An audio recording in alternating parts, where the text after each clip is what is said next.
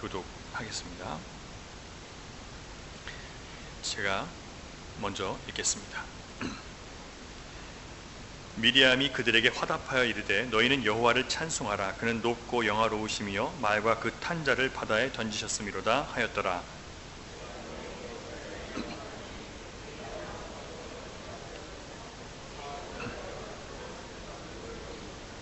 마라에 이르렀더니 그곳 물이 써서 마시지 못하겠으므로 그 이름을 마라라 하였더라.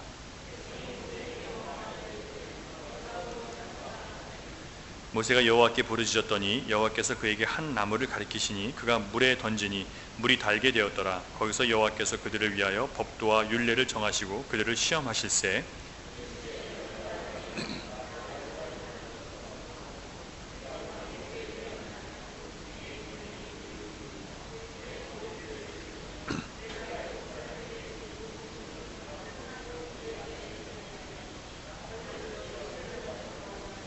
있습니다. 그들이 엘림에 이르니 거기에 물샘 12과 종나무 70그루가 있는지라. 거기서 그들이 그 물 곁에 장막을 치니라. 아멘. 정신의학과 전문의인 김병수 박사라는 분이 마음의 사생활이라는 그런 책을 썼는데요. 그 책을 보면 사람들은 인간 자신의 의지력을 너무 과도하게 믿는 경향이 있다라고 그렇게 썼습니다.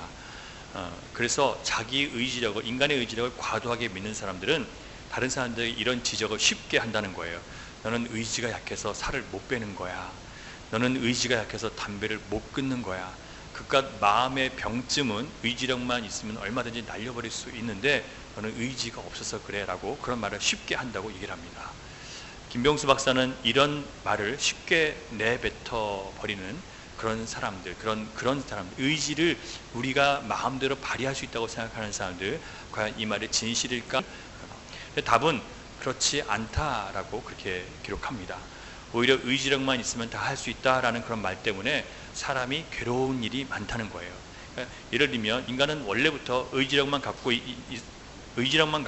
살 수 없는 사람들인데 자꾸 사람들은 의지만 있으면 다 할 수 있어 라고 이렇게 말하니까 그 말을 들은 사람들이 부담이 되는 거예요. 그래서 내 의지를 가지고 자꾸 하려고 하니까 점점 자기의 마음이, 자기의 육신이 골병이 들기 시작하는 겁니다.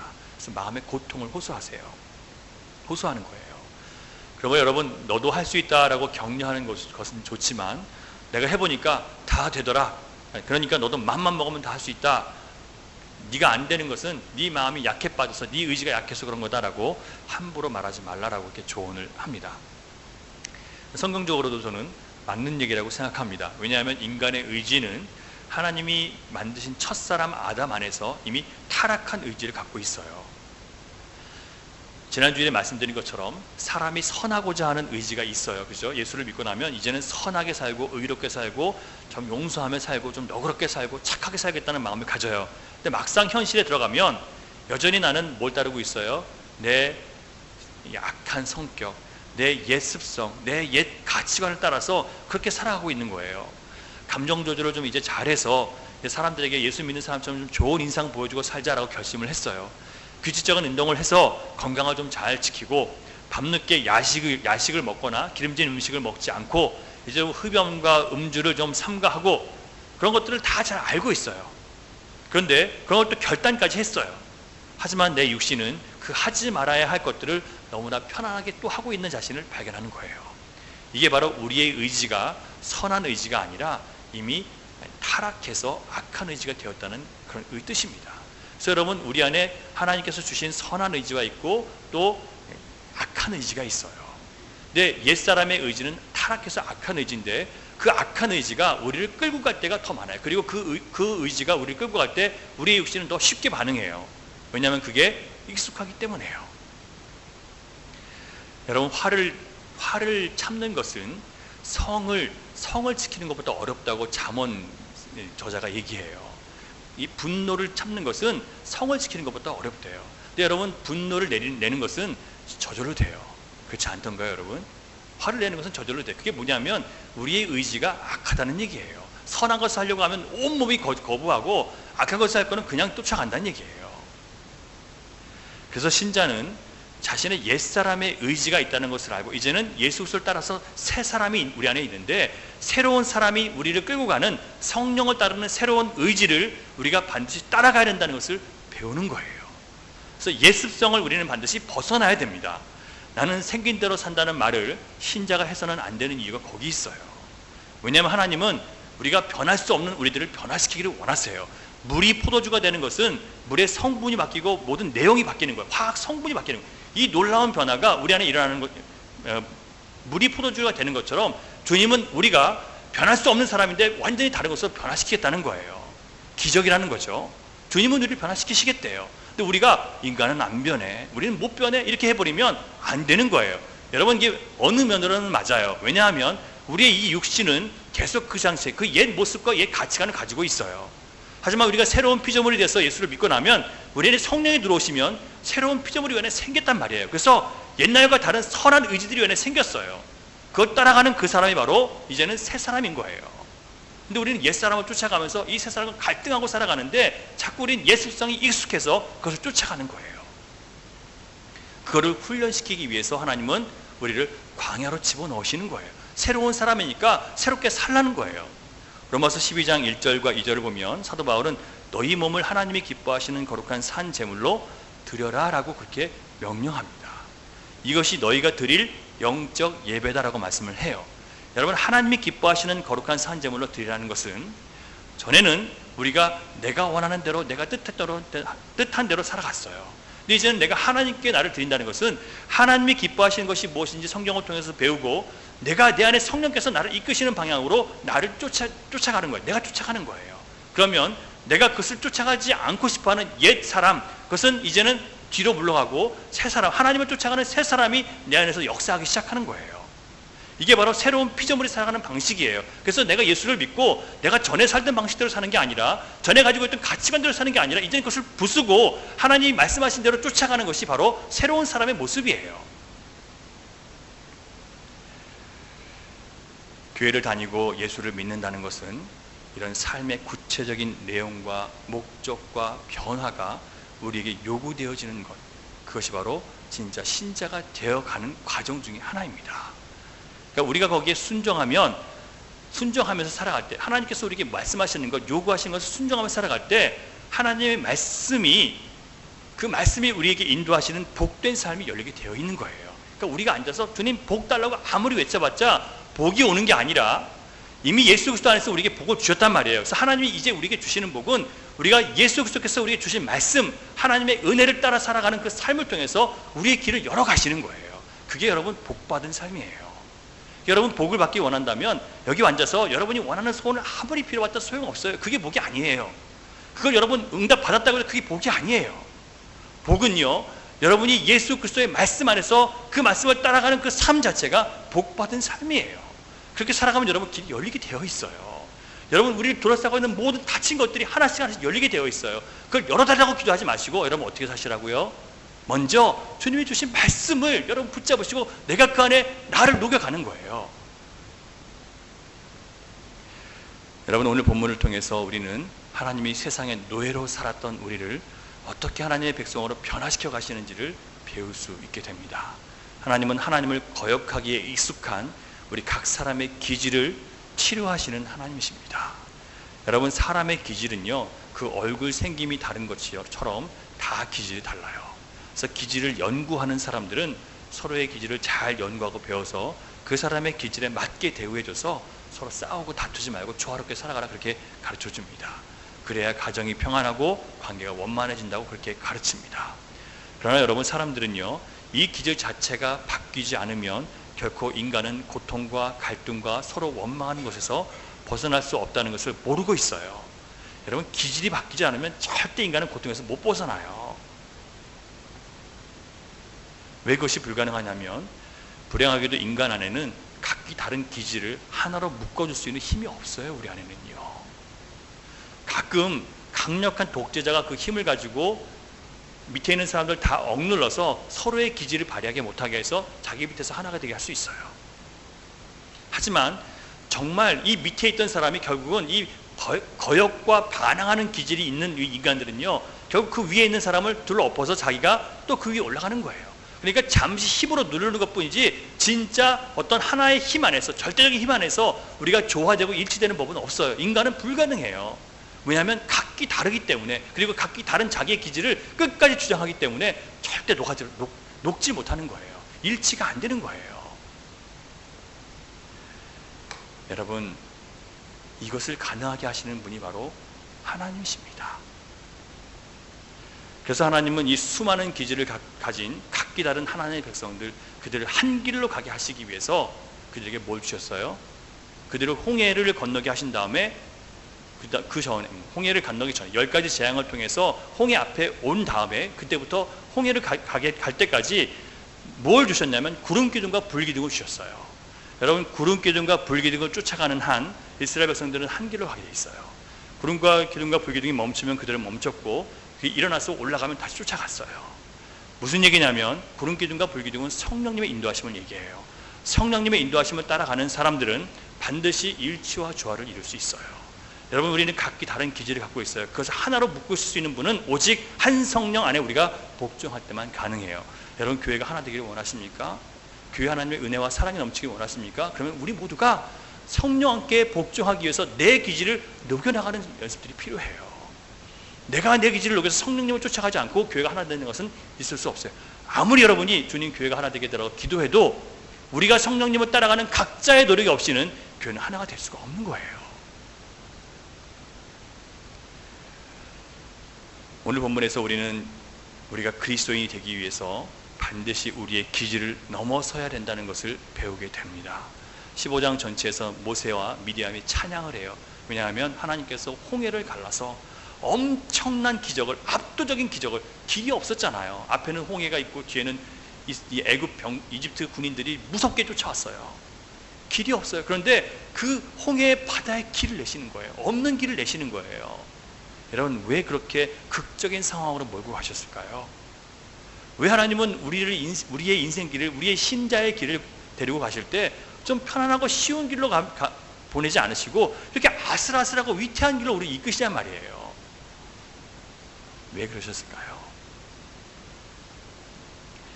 여러분, 이런 극적인 상황을 통해서 우리가 얼마나 절망적이고 얼마나 비참한 자리에서 건진받은 자인 것을 우리가 깨달으라고, 뼛속 깊이 우리가 인정하라고 그렇게 하시는 거예요. 왜 여러분, 정말 예수님을 믿는 사람들은 땅바닥까지 부딪혀 와서 그리고 나서 예수를 믿는 줄 아세요? 땅바닥까지 쓰러져서 비참해져야지 진짜 예수를 믿게 되어 있어요. 그렇지 않은 사람이 하나도 없어요, 여러분.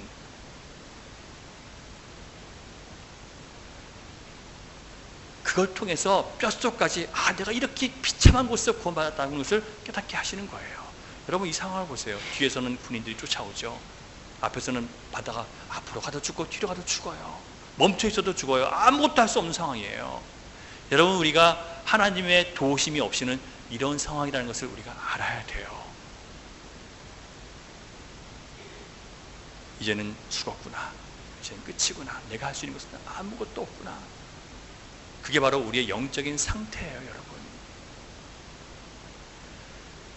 그 자리에서 모세의 말을 따라서 하나님의 손을 바라봤더니 그 능력의 팔로 그 사망의 음침한 골짜기에서 우리를 건져내시는 거예요. 여러분, 우리는 그 죽을 자리에서 건진받은 사람들입니다. 구원은 전적으로 하나님의 은혜이지 우리가 자격이 있어서 주어진 것이 아니에요. 그래서 여러분, 진짜 구원받은 사람들은 하나님을 찬양하고 기뻐하고 하나님께 영광을 돌리게 되어 있어요. 우리가 받은 구원들은요, 여러분, 하나님께서 홍해 바다를 가르시는 것 같은 없던 길을 만들어내서 우리 구원하신 거예요. 우리는 자격이 없었어요. 구원받을 가치도 없는 사람들이었어요. 그런데 우리를 위해서 없던 길을 만들어내신 거예요. 그게 바로 하나님의 아들 예수 그리스도를 죽이셔서 그 아들을 믿는 믿음 안에서 없는 길을 우리에게 주신 거예요. 여러분, 이게 얼마나 놀랍습니까, 여러분? 여러분의 의를 여러분에게 요구하시는 게 아니에요. 그 의 가지고는, 우리의 의는 빗발했기 때문에 그 의 갖고 하나님 앞에 인정받을 수 없다는 거예요. 그 의는 결국 죽는 거예요, 우리가요. 그래서 주님은 주님의 의를 믿는 자들에게 내 의를 너에게 주겠다고 말씀하시는 거예요. 그래서 너희들 의롭다고 말씀해 주시는 거예요. 여러분, 이게 얼마나 놀라운 겁니까? 그래서 성도는 나 같은 죄인 살리신 주 은혜 놀라워 하고 내가 받을 수 없는 구원을 받았구나 라고 생각하면서 전적으로 하나님의 은혜임을 알고 하나님께 기뻐하며 예배하는 거예요. 그래서 이 자리에 나와서 예배하는 이유는요, 구원받은 사람들이기 때문에 나와서 예배하는 거예요. 아직 그것을 모르면 그것을 체험하기 위해서, 그것을 깨닫기 위해서 이 자리에 나와 있는 거예요. 나도 저는 주님 이런 구원의 감격을 좀 깨닫게 해주십시오. 저처럼 오랫동안 어려서부터 교회에 나온 사람들이 오히려 이런 구원의 감격이 없어요. 여러분, 이걸 여러분 간절히 원하시면서 기도하셔야 돼요. 근데 문제는 은혜로 구원을 받아서 하나님의 자녀로 부름은 받았어요. 근데 우리 안에 여전히 옛사람의 본성이 남아있다 보니까 옛 본성과 옛 기질들이 반항하고 거역하고 하나님의 말씀을 듣지 않고 내 뜻대로 하고 싶은 이 기질들이 툭툭 튀어나와서 원망과 불평과 의심에 사로잡힐 때가 너무 많은 거예요. 찬양과 믿음의 말보다는 불신의 마음에 사로잡혀서 하나님이 행하신 큰 구원의 기적을 잊어버리고 부정적인 말로 다른 사람들을 시험 들기도 하고 나 자신도 스스로 낙심하고 절망하는 말을 해서 내 주변의 사람들에게 걱정하게 만드는 거예요. 민수기 11장을 보면 백성들이 만나만 먹다가 지겹다고, 우리 고기도 좀 먹고 싶고 참외도 먹고 싶고 부추도 먹고 싶고 수박도 먹고 싶다고 불평을 하기 시작했어요. 그들은 하나님이 우리를 인도하는 방식이 지금 싫다고 얘기하는 겁니다. 그래서 차라리 애굽에 살 때가 낫다는 거예요. 그리고 밤이 새도록 울었어요. 하나님이 밤이 새도록 울면서 원망하는 그들을 보면서 진노하셨다고 기록되어 있습니다. 모세도 기뻐하지 않았대요. 모세가 하나님께 원망하는 기도를 해요. 하나님, 내가 이들을 낳았습니까? 왜 내가 이들로 인해서 이렇게 무거운 짐을 져야 됩니까? 차라리 주님, 이렇게 고통당하니 차라리 저를 죽여주십시오 라고 그렇게 기도하는 거예요. 그때 하나님께서 말씀하십니다. 여호와의 손이 짧아졌느냐?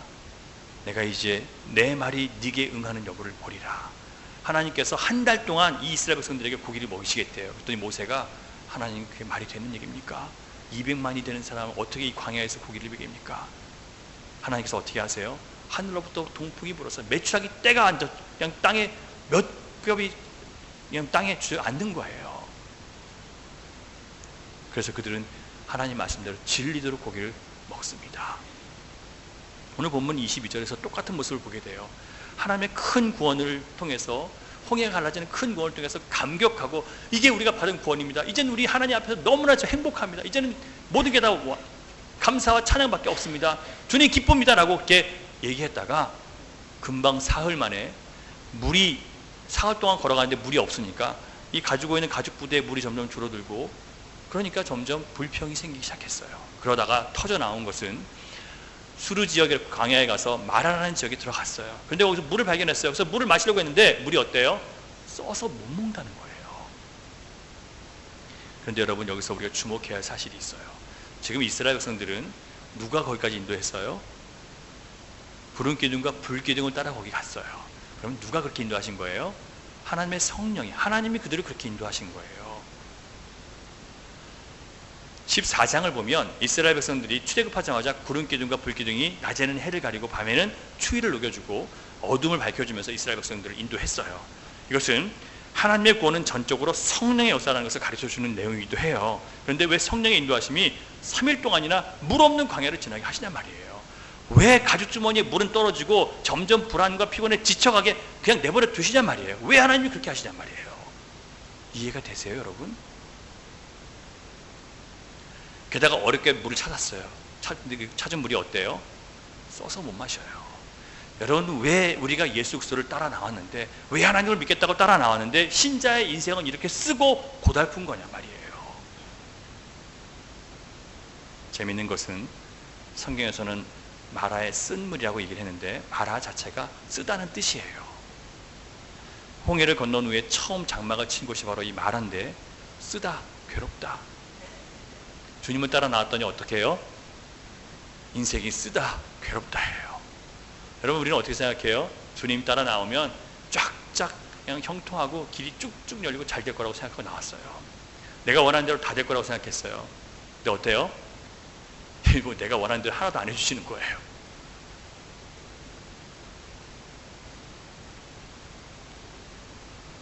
사람들이 원망하고 불평하기 시작합니다.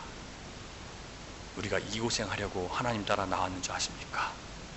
하나님의 인도하심이 왜 이 모양입니까? 지금 이스라엘 백성들은 하나님이 우리를 인도하시는 방식이 싫다는 거예요. 나를 구원하시는 하나님 방식이 내가 원하는 것과 다르다는 거예요. 이렇게 하는 건 내가 원하는 게 아니라는 거예요. 이처럼 하나님의 영이 우리를 인도하시는 방식은 이스라엘 백성들이 당황할 만큼 완전히 그들의 기대를 다 무너뜨려 버렸어요.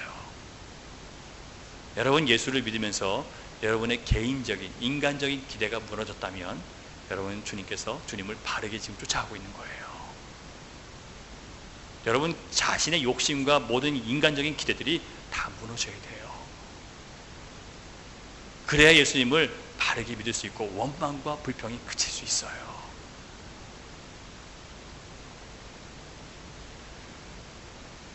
이스라엘 백성들은 3일 전에 그 감사와 감격과 찬양하던 태도와는 완전히 달라져서 환경이 변하고 육체가 필요해지고 물이 없어서 결핍이 생기니까 원망과 불평을, 의심을 하기 시작했습니다. 원망이라는 단어 히브리어로 룬이라고 하는데 이것은 고집을 부리다, 중얼거리다. 중얼거리는 것은 뒤에서 계속 쭝얼쭝하면서 원망하는 걸 얘기하는 거예요. 그리고 밤새워 머물다. 밤새워 머물면서 계속 나는 그거 안 쫓아가겠다고 계속 우는 거예요. 아까 얘기한 것처럼 밤새 고기를 먹겠다고 우는 사람들 똑같은 거예요. 내가 원하는 것을 이루겠다고 밤새 부르짖는 거예요. 그거 안 해주셨다고 하나님 계속 원망하고 있는 거예요. 하나님 이렇게 하실 거면 나를 왜 부르셨습니까? 제가 한동안 했던 기도 중에 그런 기도가 있었거든요.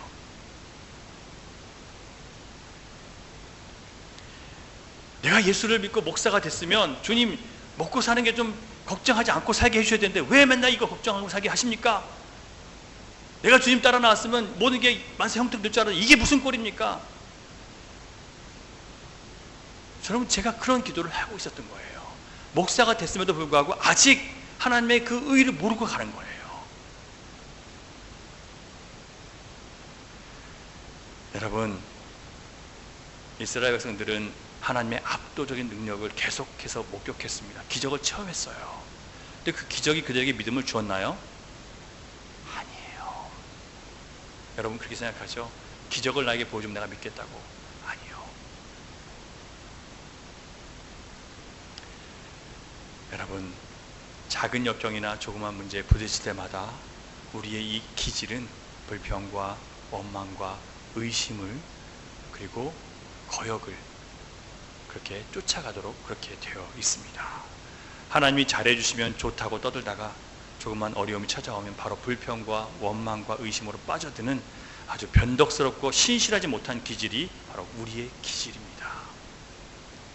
그때 모세가 할 수 있었던 것은 여호와께 부르짖어 기도하는 것뿐이었습니다. 지금 데리고 나왔는데 그들이 원하는 게 되지 않으니까 막 원망하고 그냥 불평하면서 이럴 거면 우리를 왜 끌고 나왔냐, 우리 죽일 거면 여기서 죽일 거면 저기서 죽게 놔뒀지 왜 끌고 나와서 우리 고생시키냐, 막 원망하는 거예요. 자기를 원망하고 불만을 쏟아넣는 백성들을 향해서 모세는 아무 말도 할 수 없었고 그저 하나님의 도우심과 개입하심을 바라면서 기도할 뿐이었습니다. 그때 하나님이 기도하는 가운데 모세에게 해결 방법을 가르쳐 주셨어요. 근데 그 해결 방법이 너무나 볼품이 없습니다. 막대기를 들어서 쫙 내밀었더니 홍해가 쫙 갈라지는 것처럼 좀 멋있으면 좋은데 이제 멋이 없어요. 그냥 나무를 가르쳐 주세요. 그래서 하나님 가르쳐 주신 나무를 물에 던졌더니 그냥 물이 달아졌대요. 처음부터 하나님은 왜 깨끗한 물을 준비하지 않으시고 마실 물이 떨어져서 불만 가득한 상태가 되도록 내버려 두셨을까요? 왜 그나마 찾은 물이 써서 원망하게 만드시고 원망한 다음에 그 다음에 왜 나무를 넣어서 그 물을 달게 하셨을까요? 25절을 보니까 그렇게 하신 이유가 무엇인지를 가르쳐 주세요. 한마디로 뭐냐면 너를 시험하기 위해서 그렇대요. 시험하시기 위해서요. 같이 읽어볼게요. 25절 시작. 모세가 여호와께 부르짖었더니 여호와께서 그에게 한 나무를 가리키시니 그가 물에 던지니 물이 달게 되었더라. 거기서 여호와께서 그들을 위하여 법도와 율례를 정하시고 그들을 시험하실세. 하나님은요, 우리에게 하나님 말씀을 주시고 약속을 주시고 우리가 그 말씀 안에서 약속 안에서 살아가는지를 시험하신대요. 이게 물으시는 거예요. 내가 너에게 지금 말씀을 줬는데 내가 너에게 준 약속과 그 말씀을 따라서 내 길을 걷고 있니? 그것을 걷고 있는지 안 걷고 있는지를 보시기 위해서 우리 상황 가운데 이런 시험들을 하신다는 거예요. 다시 말씀드리면 믿음으로 하나님을 바라보며 살아가냐, 아니면 현실에서 압도돼서 그 현실 바라보면서 거기에 쫓아가며 살아가냐, 그걸 보시겠다는 거예요. 믿음으로 사는 법을 가르쳐 주셔야 되는데 자기 기질을 따라서 또다시 돌아가냐 아니냐를 시험하시겠다는 거예요. 여러분, 우리가 이제 하나님의 백성으로 살아갈 때 세상에서 전에 살아가던 삶의 방식과 이제는 다른 처지에 있다는 것을 여러분 기억하셔야 됩니다. 전에는요, 여러분, 사도 바울의 말처럼 우리는 전에 자기 욕심을 따라 자기 마음이 원하는 것을 따라 사는 불순종의 아들들이었다고 얘기를 해요. 근데 이제는 어떻게 됐습니까? 예수를 믿는 믿음 안에서 새 것이 되었어요. 하나님의 자녀가 되었어요. 그러면 이제 누구의 말을 들어야 돼요? 세상의 말이 아닌 불순종의 아들들이었던 내 육신의 정욕이 아닌 하나님의 말씀을 들으며 살아가는 사람들로 변화된 거예요. 그렇게 주님 불러주셨어요. 그럼 이제 어떻게 살아야 돼요?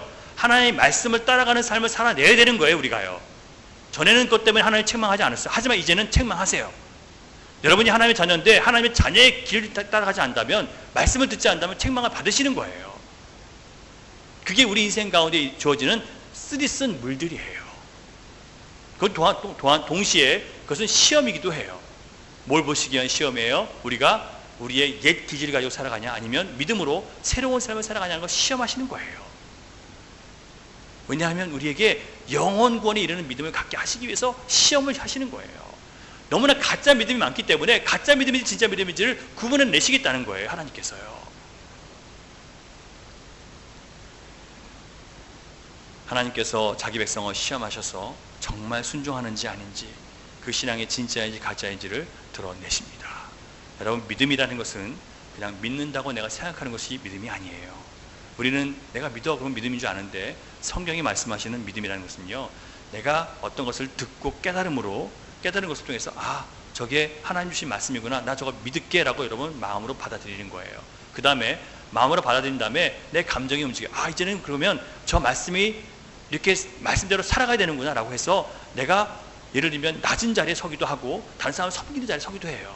그런 마음을 가져요. 내가 나도 이렇게 살아야 되겠다, 내 마음이 감동을 해서 움직이기 시작해요. 그게 있어야지 믿음이에요. 거기까지가 끝이 아니라 그 마음의 감동을 받아서 내가 실제로 그 실천을 할 때 그걸 믿음이라고 얘기하는 거예요. 그 중에 하나라도 빠지면 믿음이 아니에요. 우리가 세상에 생각하는 믿음은 나 교회 나왔어, 그게 믿음이라고 생각하는데, 주님이 성경에서 가르치는 믿음은 그런 믿음이 아니에요. 히브리 사람들이 말하는 믿음은 그런 개념이 아니었단 말이에요. 그 믿음에는 반드시 내 마음으로 동의하고 내 몸으로 따라가는 순종까지 가는 것이 바로 믿음이었단 말이에요.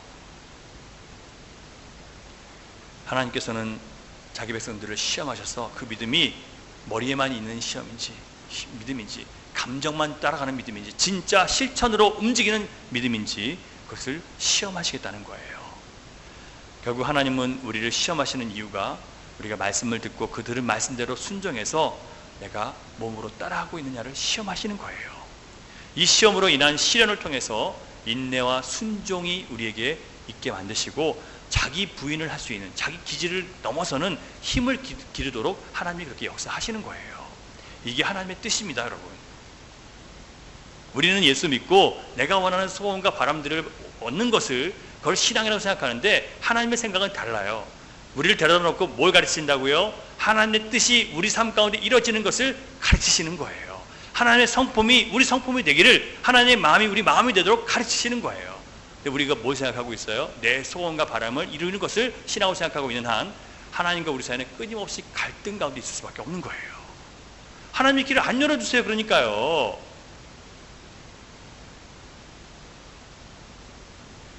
그래서 하나님께서는 그의 법도와 율례를 자기 백성들에게 가르치시고 그 말씀을 듣는지 아니 듣는지 시험하시는 겁니다. 여러분, 그런데 우리의 기질은요, 내가 원하는 대로 해주지 않는 하나님, 내 필요가 줄어들고 내가 좋아하는 것들이 내 손에서 줄어들 때 그런 하나님을 내가 믿을 수 있는지를 의심하기 시작합니다. 여러분, 하나님께서 오늘 이 말씀을 통해서 우리에게 질문하십니다.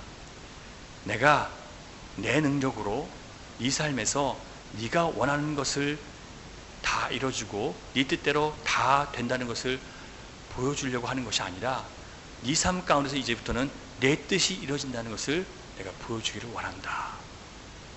여러분, 이게 하나님이 우리에게 선포하시는 거예요. 예수를 믿고 우리가 하나님의 백성이 됐으면 우리의 뜻이 이루어지고 우리의 소원이 이루어지는 게 아니라, 우리 안에서 이제 뭐가 이루어져요? 하나님의 뜻과 하나님의 계획이 우리 안에 이루어지는 것이 하나님의 계획이라는 거예요. 여러분, 우리가 이것을 받아들이셔야 돼요.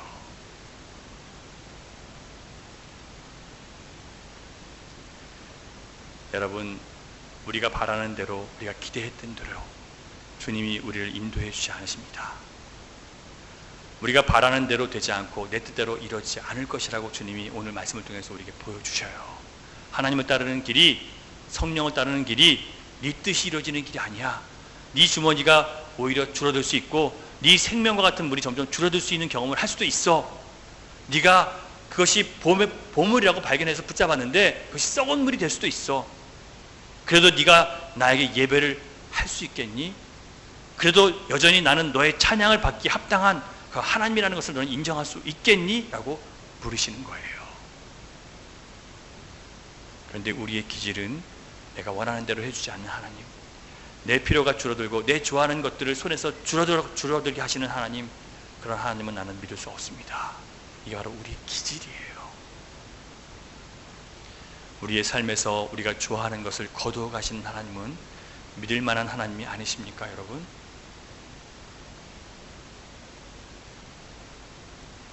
우리가 좋아하는 것을 주님께서 거두신 다음에 그것을 어디서 찾으세요? 하나님 안에서 우리가 찾도록 하신대요. 제가 새벽기도 때 한번 말씀드렸던 거예요. 프란시스 톰슨이라는 영국의 시인이 쓴 시 가운데 그래요. 하나님이 우리에게서 우리를 찾아와서 우리 것을 빼앗아 가신대요. 근데 빼앗아 가셔서 그것을 하나님 안에서 우리가 다시 되찾게 하신대요. 여러분, 이 비밀을 여러분 아셔야 됩니다. 여러분이 필요한 것을 손에 채워주지 않으시는 하나님, 그런 하나님은 믿을 만한 가치가 없는 분이십니까? 우리의 기준은 그런 하나님 좋아하지 않아요. 그런 하나님은 우리의 믿음을 시험하십니다. 내가 너를 가난에 처하게 두어도 넌 날 신뢰할 수 있겠니?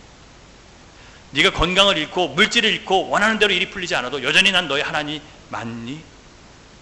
너의 소원과 네 바람대로 되지 않지만 하나님의 선하시고 온전하고 의로우신 뜻이 내 삶에 이루어지기를 바라고 그것을 받아들일 수 있는 그런 진짜 신앙을 내가 너에게 요구하는데 너는 그것을 받아들일 수 있겠니? 라고 물으시는 거예요. 왜냐하면 이게 마침내 가나안 땅에 이룰 수 있는 진짜 신앙이기 때문에 그래요. 여러분 보시면 아시겠지만, 출애굽기 보시면 아시겠지만 이스라엘 백성들은 끊임없이 불평과 원망으로 하나님을 의심하고 하나님의 약속을 거절합니다. 그래서 하나씩 하나씩 죽어가요. 하나님 주신 말씀을 거부하다가 그 땅에서 다 죽어갑니다. 여러분, 이런 시험들을 통해서 우리의 믿음을 바르게 만들어 주시고 우리가 하나님의 말씀으로 살아가는 법을 배우게 하시고 순결하게 예수님만 바라보는 참된 신자로 우리를 세우시는 과정임을 여러분 믿을 수 있겠습니까? 26절을 같이 읽겠습니다. 26절 시작.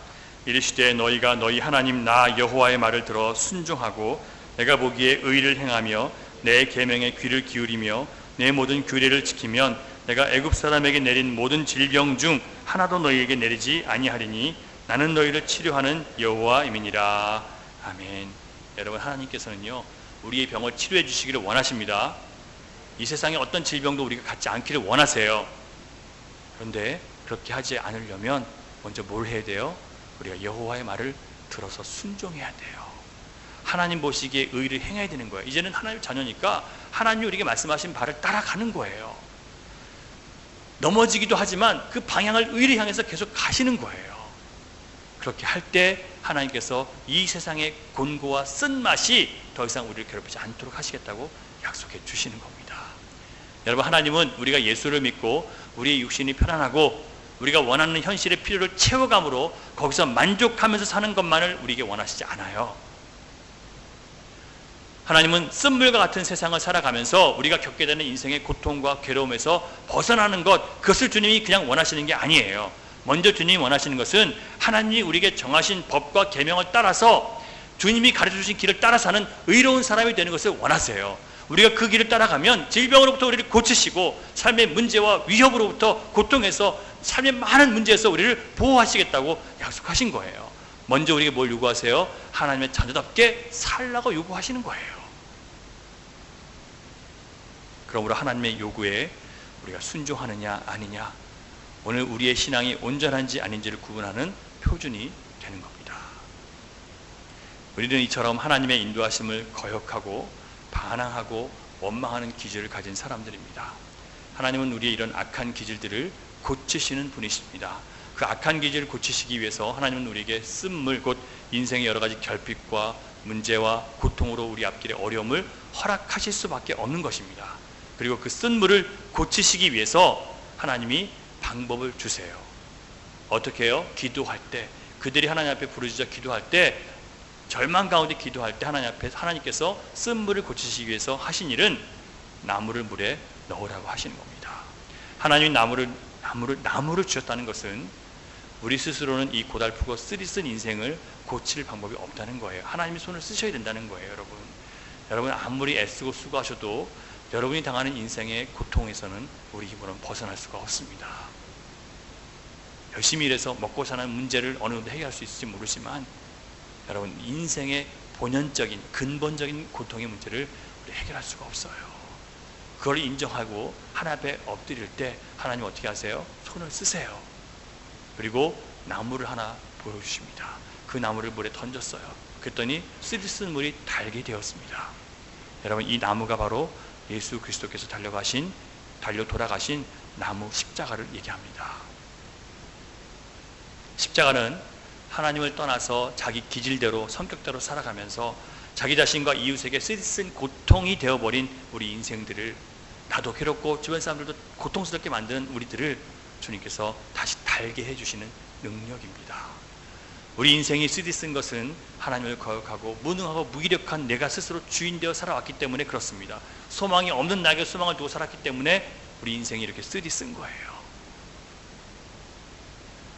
그래서 인생이 무겁고 힘들고 근심 염려가 많고, 그것을 내 힘으로 해소하기 위해서 우리는 또 끊임없이 물질을 붙잡고 내 건강을 붙잡고 내 능력을 붙잡아서 뭔가 거기서 돌파구를 얻으려고 그렇게 헤매고 있는 거예요.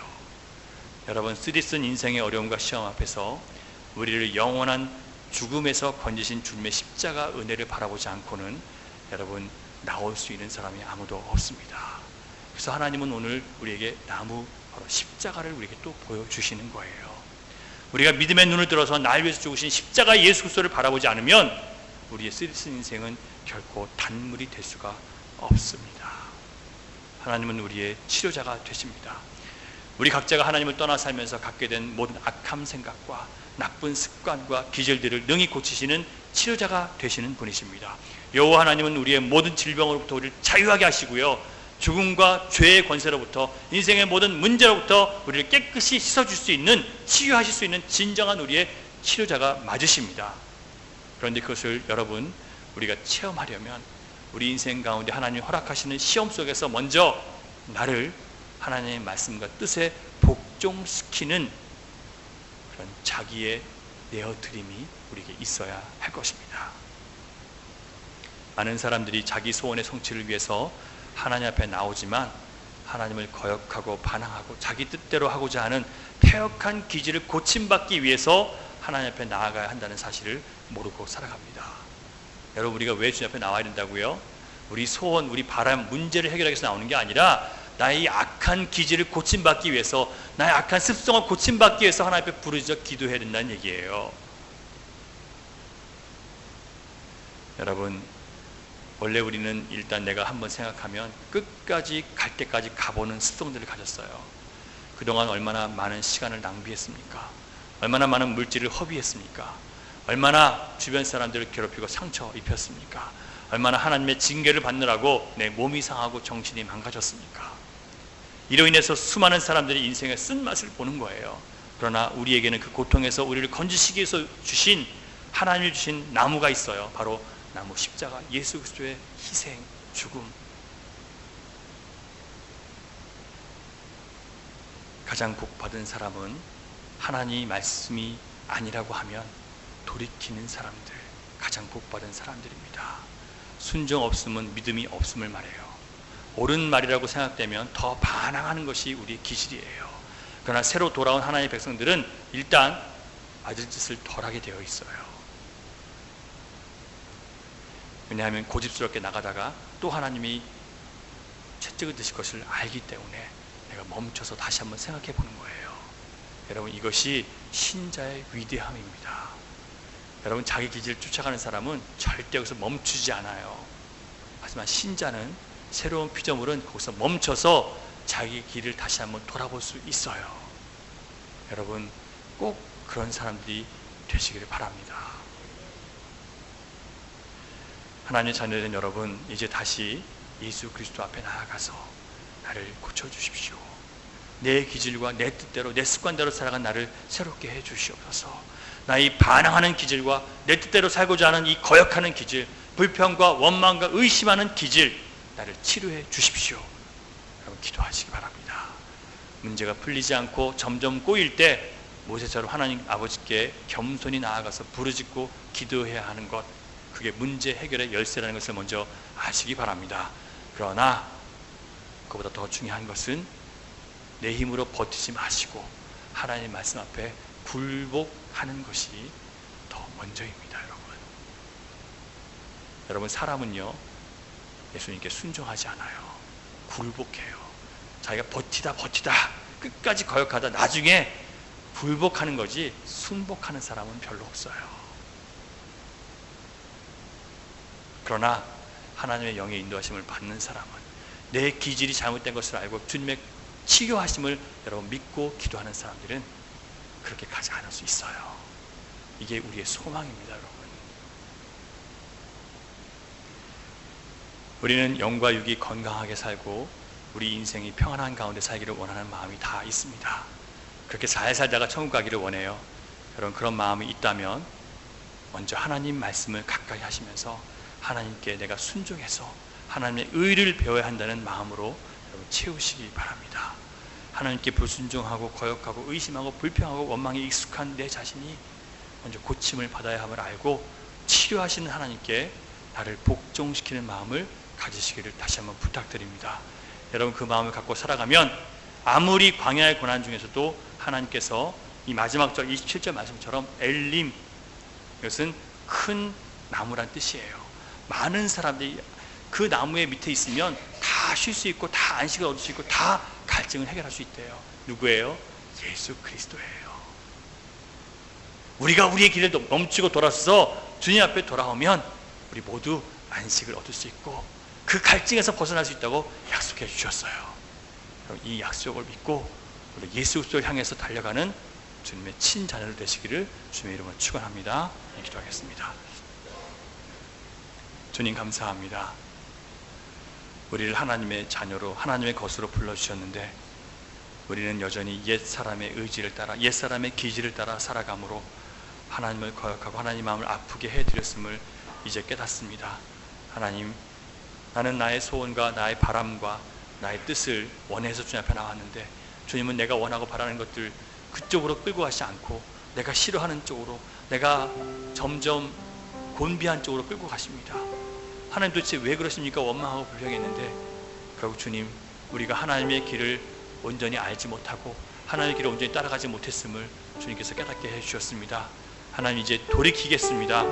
하나님, 내 뜻을 이루기 위해서 주님을 찾는 것이 아니라 하나님의 뜻과 하나님의 나라가 내 삶 가운데 이루어지기 위해서 주님 앞에 엎드릴 수 있는 귀한 주님의 종들이 될 수 있도록 인도해 주시옵소서. 그 길을 걷기로 다짐하는 하나님의 자녀들, 주여 성령 충만한 은혜를 부어주셔서 아버지 하나님의 길을 걸어가고자 할 때 마음에 기쁨이 있게 하시고 아버지 하나님, 모든 병과 모든 고통과 모든 문제로부터 치유받는 역사가 있게 해 주시옵소서. 믿사오며 예수님 이름으로 기도하옵나이다. 아멘.